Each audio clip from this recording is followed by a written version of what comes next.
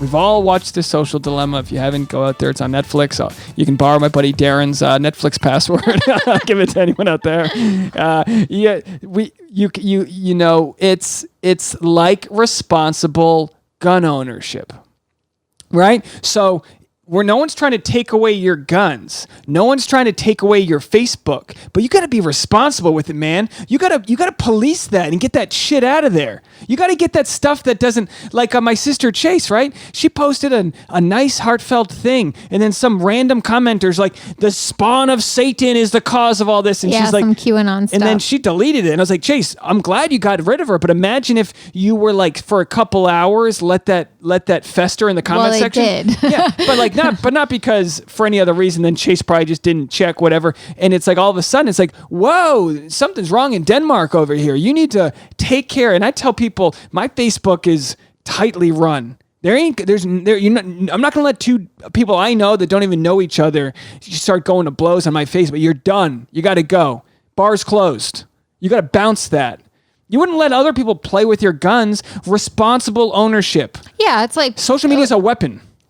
Policing the playground a little bit. Yeah, and for me, it's like I don't know all the answers, and the problem with the social dilemma, to weed it all down into a quick thought, is really talking about how the smart algorithm has learned what riles us up and realized that's what keeps us online the most, and that's what's going to sell them the most money. That's, you know what I mean? So they without it's why like someone who believes in this QAnon stuff is going to like continually be bombarded with QAnon posts because they spend time looking at them. So it's like alcohol, right? I'm not saying get rid of alcohol. I'm not saying get rid of Facebook.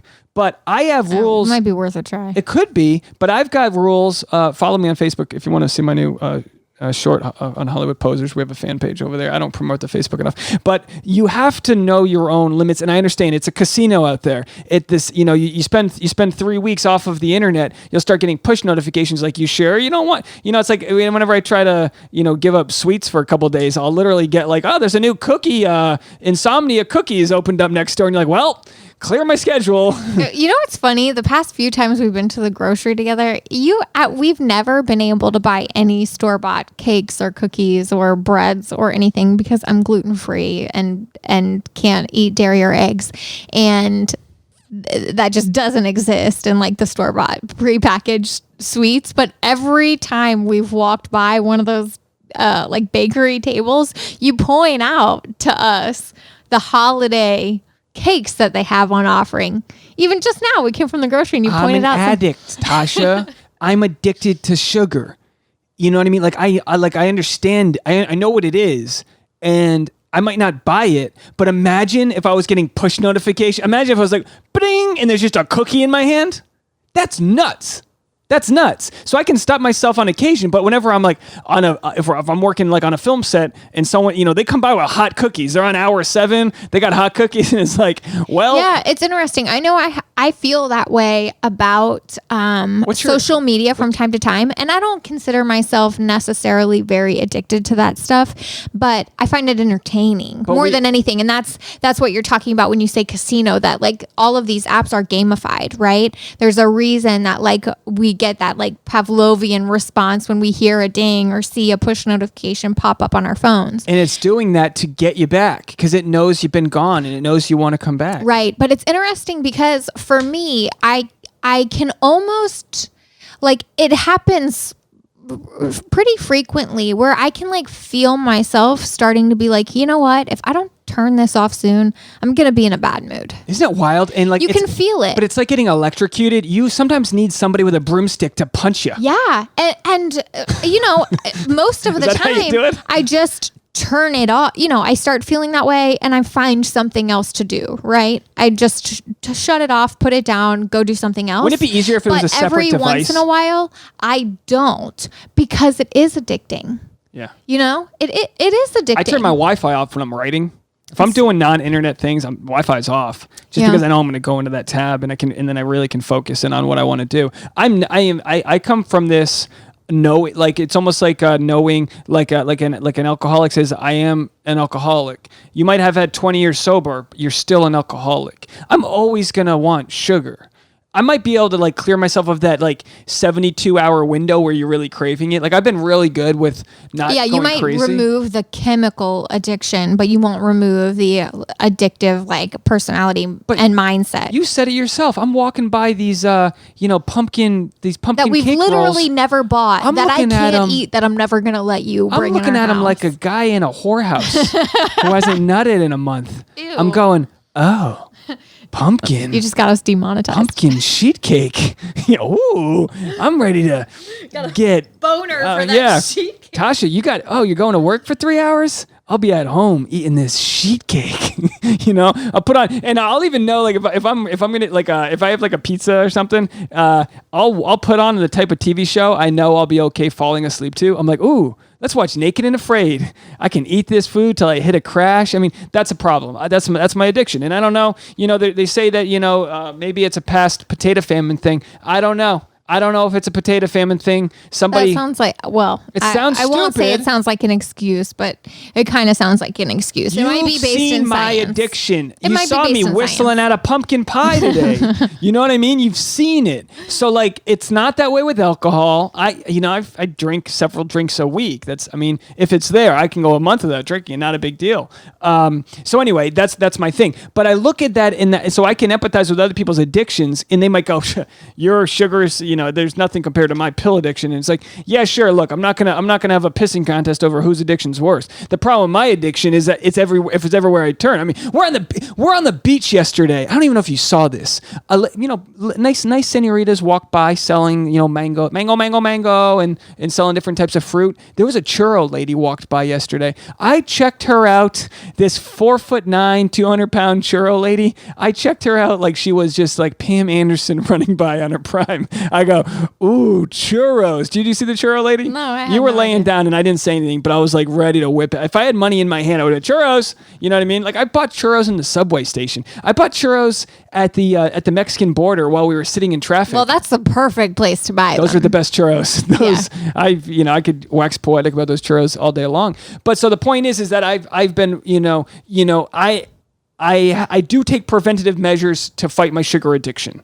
Whenever we cook, what did we make the other day? We made not the cinnamon rolls. I made that chocolate cake, gluten-free chocolate cake, right? I only made half the thing because if I cooked all of that, I'm eating all of it. It's gonna happen. That's the second part of my addiction was growing up poor. So I don't let food go. Whatever you don't eat, I'm eating your scraps. It's a guilt thing. It's a don't waste food thing. I was a fat kid. I'm eating it all. So I've learned to be like, okay, if we're going to do cake tonight, because look, one slice of cake's not the problem. 2 slices of cakes isn't the problem. It's when you come in here and you go, oh my God, Dave, what did you do? And then I look like the dog who peed on the rug and I go, oh, sorry.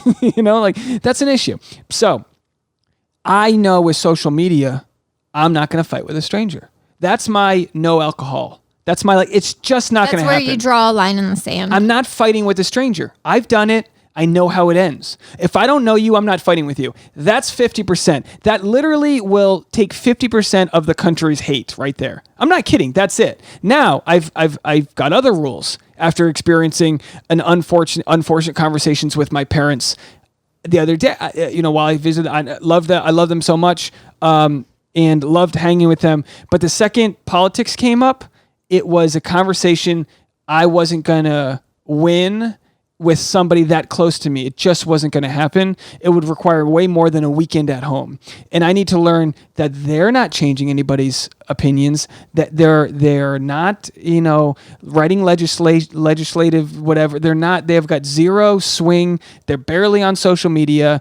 They're not changing anyone's minds. Let them believe that. That's where they aim. And you have to sort of be like, I'm a codependent. I can't, and we're not talking about like, you think this way, you think that. We're talking about like flat out lies, like far-reaching lies that they're believing. Yeah, but here's the issue. It's part of cognitive dissonance, right? Like, it's people want to be like their peers, right? So that's why it's hard to be a Democrat in a red state, because you're going to. Everyone who's around you 24/7 is going to talk about, they're going to disagree. You're going to disagree, right? And over time, it wears you down because you want to fit in with your peers. So maybe they're not changing anybody's mind, but they're part of a community that has normalized thinking these things that are just untrue, that are very radical.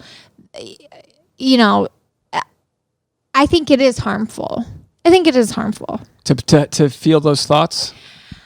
Well, I don't want it to go into specifics because they might listen and it's not going to change anything.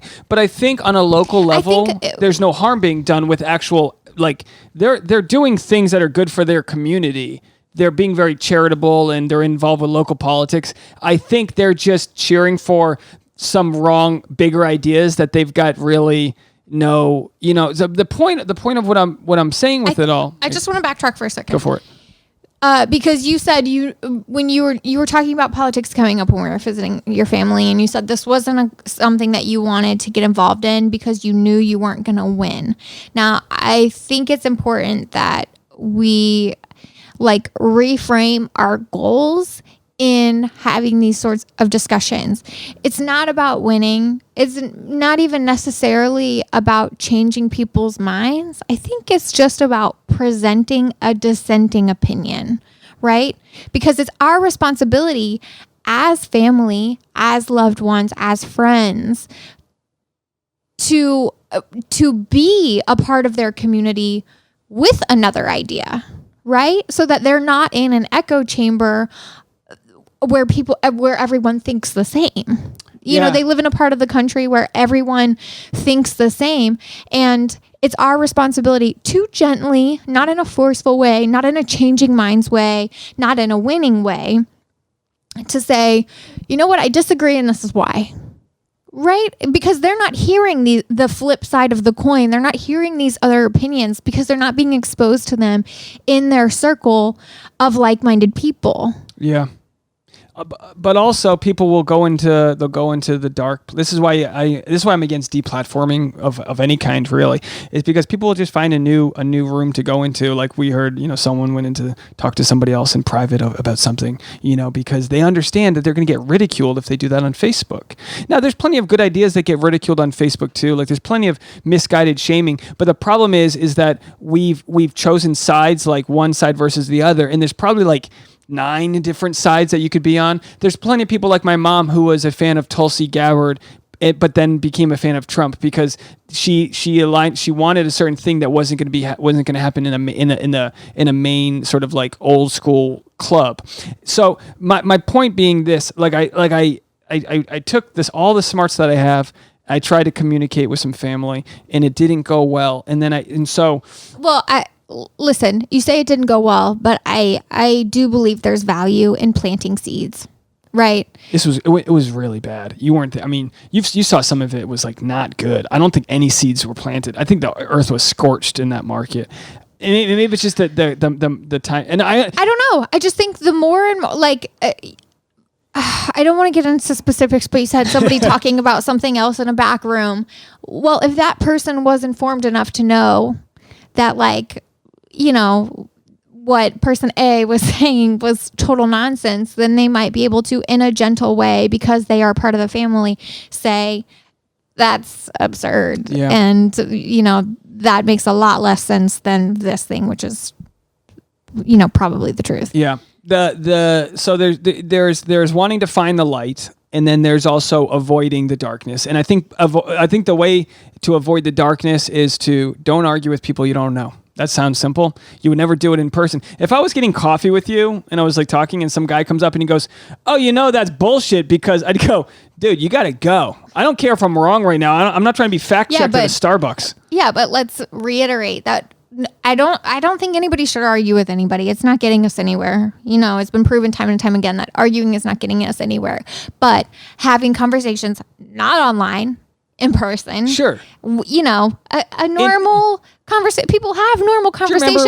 I work with people who have differing ideologies than I do. We have differing ideas and opinions, but we find a way to be civil. But yes, but there are times like when we were at the Basset Hound fair and some guy was like chatting us up and it was like, okay, we're done now. I've got things I want to talk about with my fiance. Like this is I don't care if like, and then sometimes you meet someone, you're like, oh, this person's really cool. We'll meet somebody on, we met some really cool marine biologists when we went to Catalina on that expedition trip. But it's polite and pleasant discourse. See, I was trying to feed that into the next part of the conversation. Oh, check out my blog that I just published today. So I'll feed into that. We went on a let's end with this. We're at 51 minutes. Let's end with this. We went to last year we were invited to go check out a new partnership between Hyatt and Lindblad Expeditions. And we went on a 100-person expedition ship. Some might call it a cruise. They don't call it a cruise. It's an expedition ship. There's no pools. There's no tubed, rides and late night jazz, flamingo dancers. You're on an expedition boat. You're on a boat that can go through the Antarctic. Like this boat's like badass. These are world-class adventure trips staffed by people like marine biologists and naturalists and, like nature photographers. And so we were invited to go on it. No TV in sight, just good food, good lounge, 300 panoramic views of everything. We were invited to go travel to Catalina for a 2-day, 1-night trip to as people that have some influence to talk about it, probably so we'd be doing things like this. But this was a year ago, God bless you. And we went paddleboarding. Tasha saw a tiny shark underneath the water. Leopard shark. We saw a kelp forest. It was last November. It was actually in the high 90s. It was a heat wave. And Catalina is this beautiful island in the Channel Islands, which is called an archipelago. Did I pronounce that right? Archipelago. Close. What's it called? I can't say it either. I Googled it. Whatever it is. It's a cluster of islands. We're into a cluster of islands. And Catalina is really one of the most beautiful islands in the middle. I mean, it used to be owned by the Wrigley family of the gum and the field. And it is just a beautiful island. But normally you take the ferry to Avalon, which is the main little jaunt, the little town area. And we took the expedition ship to the other side of the island and rode the Zodiacs to the little cove and paddleboarded. And everyone who worked there was a marine biologist. So what they were obviously trained to talk to us. They were trained to approach us.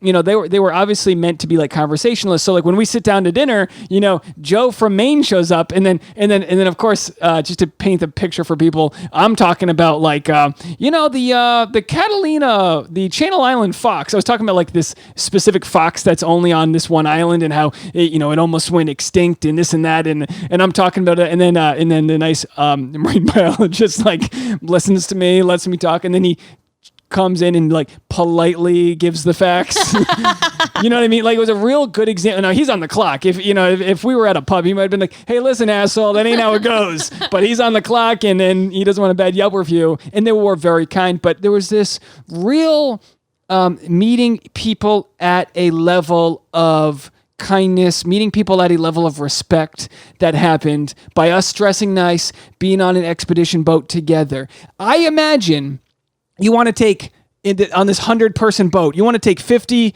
Trump supporters and 50 AOC whatever and put them together. I imagine they're closer together than they are apart. And that's what our country needs to realize is we all shit our pants once in a while. That's a weird way to put it. We all get stuck in traffic. We all stub our toe. We're all humans. We have more in common than apart. And that was what was beautiful about going on that expedition. Tasha just released a very nice blog on our new website, our new travel website called wearetodotravels.com.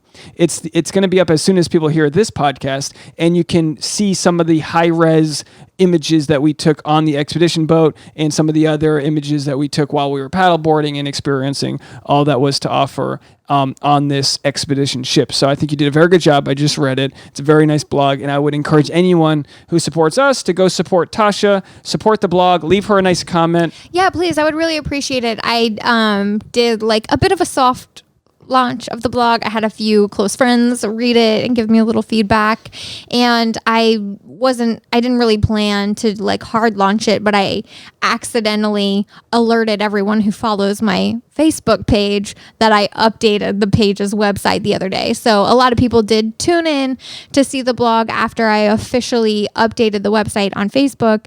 And so now I'm just cranking out a lot of old blog posts from old trips. I'm doing some current stuff too, but I've just been slowly working through the archives and picking out fun trips and fun photos and trying to write about those experiences, just to like populate the page and categorize organize some of our trips for people to check out. You want a throwback blog, you got to write about how your love story with Boone and how you found him, because Jen, one of our new listeners who's found me on YouTube, was wondering about your story with Boone, and she was like, does Tasha ever talk about how she came about getting the dog? I was like, well, it's probably 50 different times, but I couldn't tell you which episode. So I don't know if that's worthy of a blog post or not. But it might be fun to dig out some old pictures of Boone as a puppy. But yeah, and I told her to go to Boone's Instagram to go see those. But I wanted to shout Jen out and Rhonda and all these people. My YouTube subscribers went from 2,500 to 5,000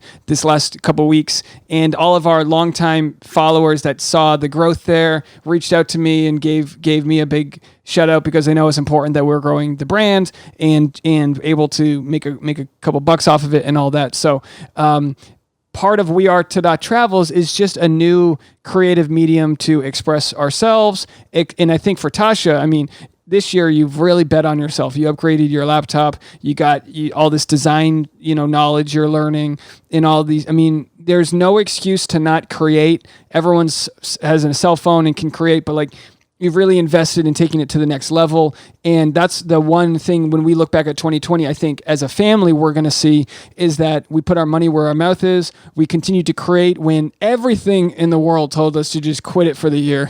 Everything said, give it up, Dave, you're done. Every week I do an extra episode on the Patreon, patreon.com/thesap. It's a place that people can go to donate and get extra content. If you like extra content, patreon.com/thesap, THESAP. This week, I actually broke down all of the numbers of the YouTube videos that I released and how much they made and all the analytics and why it's important for people to leave comments on the YouTube and how just a little bit of a fire can lead to several million impressions. YouTube is a beast. With that said, the podcast apps are not. They are not the place to grow. So it just isn't. Nothing I say here is going to introduce this podcast to new people. I'm so committed to running the 3-camera setup and growing this on YouTube. So if anyone listens to the audio only, go to my YouTube, Dave Neal, and just find the episode and leave a comment there, and let's have the discussion there. It helps the algorithm and all that jazz. What we're going to say. I was going to say also, I did design a really beautiful podcast page on the website that has a collection of old episodes. I didn't go all the way back. Obviously, that would just be way too much work, but I think I'm about 16 episodes deep, and I post all of the episodes going forward on the page. So if you want to show somebody a podcast that you like, you can just show them via my beautiful website. Share it, baby. So here's the deal. Keep that empathy high. Feel your feelings. But just know that the best way to relate to others, the best way to meet high quality people and loving people is to look for the love that they have and understand that everybody's trying their best. Can we agree with that? And to lead with love. And to lead with love. Follow me on Instagram at DNeals, DNEALZ. Tasha Courtney's at Tasha Courtney. And We Are To Travels is the website. Everybody have a good week. Right at an hour. Look at that. SAP, baby.